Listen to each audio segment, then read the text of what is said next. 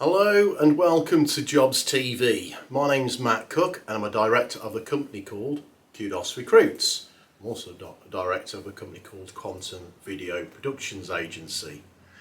And I've decided to set up Jobs TV because, as we all know, there is a crisis in the recruitment industry at the moment. Finding staff isn't necessarily very easy, and whether you are an agency, a company owner or HR manager, if you're recruiting at the moment, you need to get staff.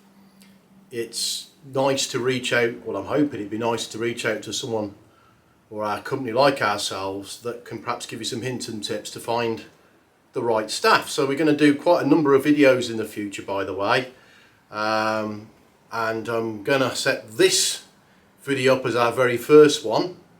And well, let's delve straight into it. So, 6 great ways to attract the best candidates. So let's start with number 1, attractive work culture. So what do I mean by that? Well, what is the purpose? What's your ethos of your business? What do you do for your local community?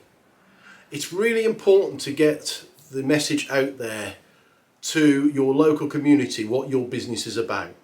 Yes, we can use job boards. Yes, we can put all the hours, pay rate, break times, all these things. But what do they really know about your business? For example, we sponsor our local rugby team here at Bridge North and a little gardening voluntary community group. And it's important to engage with your local community, because if someone's looking for work and they know you've got a vacancy, why would they leave their job to join your business? Post-COVID, the landscape of recruiting staff has changed. There's no doubt about that. And it's important that if you're doing things for your local community, and I'm sure you are already, and if you are, it's important you spread that message out far and wide. So, Instagram, Facebook, Twitter, on your website. Let them know what you're doing for the local community, because it really does go a long way to get and attract the right and the best candidates to your business. Point number 2, beyond contentment. I'm sure you do this already for your workers and staff. Do you go the extra mile for your staff? What do you offer? Healthy meals, longer breaks, maybe you do team bonding exercises, maybe you send your staff out onto trips. Wherever it might be, and again, these are just a sample of some of the ways that might help your business. Whatever you might do draws back to the first point again. Tell the world. Don't just use LinkedIn. Don't get me wrong, LinkedIn's a fabulous networking format, but also you've got Facebook, Instagram, Twitter, and your website. It's important that you're letting the world know that you're looking after your staff, that you care for your staff. Respect works both ways for all of us at the end of the day. But it's also important that if you are doing these exercises, don't be afraid to show what you do for your staff. Because I'll give you an example. Last week, as you know, we had a couple of days where the weather was so hot, it was incredible. Really, I've never seen anything like it. But one company I saw on LinkedIn had actually treated their staff to ice creams, not just for the day shift, but also throughout the night, which I thought was fantastic. And just put it another way, it's not just candidates that are going to be interested in your company, but so are potential customers. I don't know about you, but if I could see that someone I was going to buy from looks after their staff and they do wonderful things, I'm interested. I think if I want to buy something from you or use your services and you're treating your staff that well, that's a great buy for me. So just think outside the box sometimes. So point 3, encourage work growth. So what opportunities have your staff got to grow in the business? what good news stories would you have? Maybe you've got somebody who started your business as a receptionist and is now the HR manager of your business, or maybe even director. You know, if you're laying the stones and laying the pathway for your staff, and I hope you are, because that's what you need to do. You know, the days of having a labourer start with you Monday to Friday, 9 till 5, and that person just doing that week on, week out has changed now. A lot of our clients now are looking to invest in their staff. They're providing them with MVQs, they're providing them with forklift licenses, and I know a lot of you guys do that too. But again, are you generating that out? Are you posting it on Facebook? Is your marketing team putting it on Instagram on a daily basis?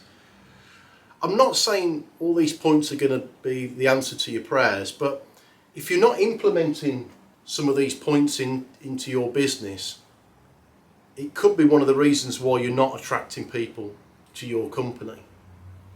So moving on to point 4. Offer competitive compensation and benefits. So the most obvious one, isn't it? What's the pay grade? What do you offer as a pension scheme? What are your hours of work? But equally, have you looked at what your competitors are doing on their website? It's important to know what your competitors are doing, because you know, maybe okay, let's go another example here.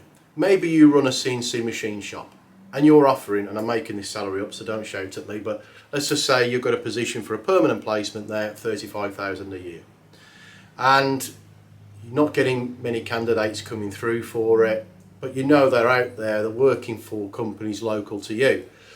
Let's caveat that for a moment, and maybe there's a company up the road from you that maybe one of the candidates there isn't too happy, doesn't really like the boss. The money's still good, maybe on 33,000 a year, and they're contemplating leaving their job.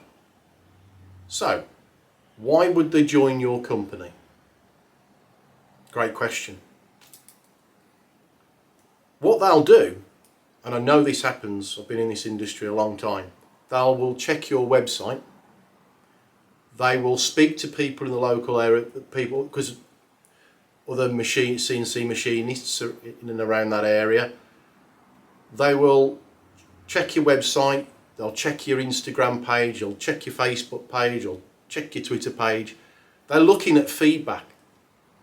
Now, if you've got great feedback off your staff, if you've done videos and saying what a wonderful company you are, they're going to think, I want to join that company. And all of a sudden, you're going to knock on the door, or someone's going to say, I'm interested in working for you. You probably know who they are, because let's face it, the sectors that we're all in, we all know somebody in the industry. But it's important to get the message across that what you do as a business and how you care for your staff, and I hope you all are, I'm sure you are. But if you haven't done some of these, it's not a criticism, but it's worth implementing some of these points to try and engage more people to join your company. So point number 5, build a pool of the best talent. Well, that certainly goes in for recruitment agencies out there. Building a good talent base is what it's all about. But equally, big corporations out there, they're going a next level on this. So they've got recruiting videos, for example.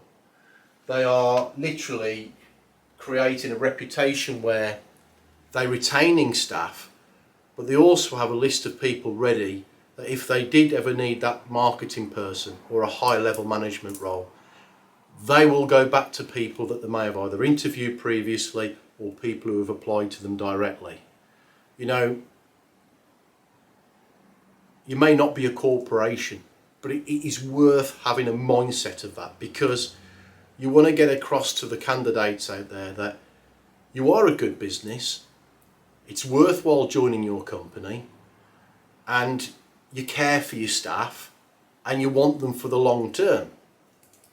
So just keep that in mind, because if you have got good retention in your company, I sound like a broken record, tell the world about it. put it on your Twitter pages. Don't be afraid to chat to your staff and say why you've been, you worked for us for 20 years. Why? Tell us all about it. And then when they deliver on what they've said, they say, come and join our company.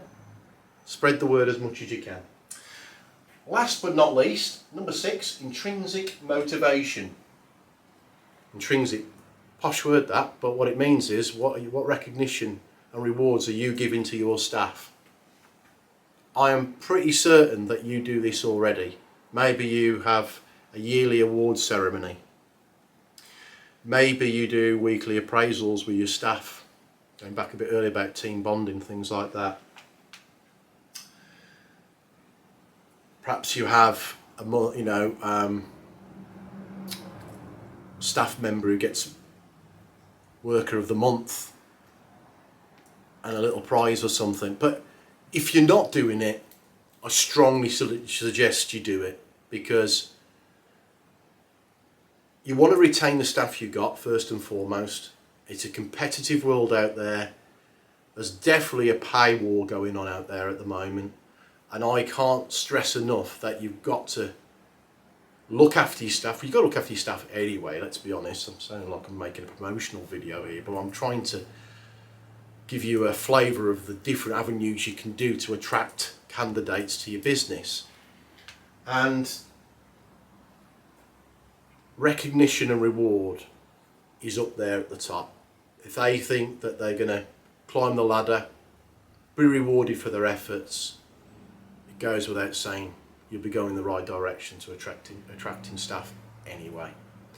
Look, I hope you like today's video. If you do, please smash up the like button, and we've got more videos coming, so if you want to see some more, hit the subscribe button too. Thanks ever so much. Thanks for watching.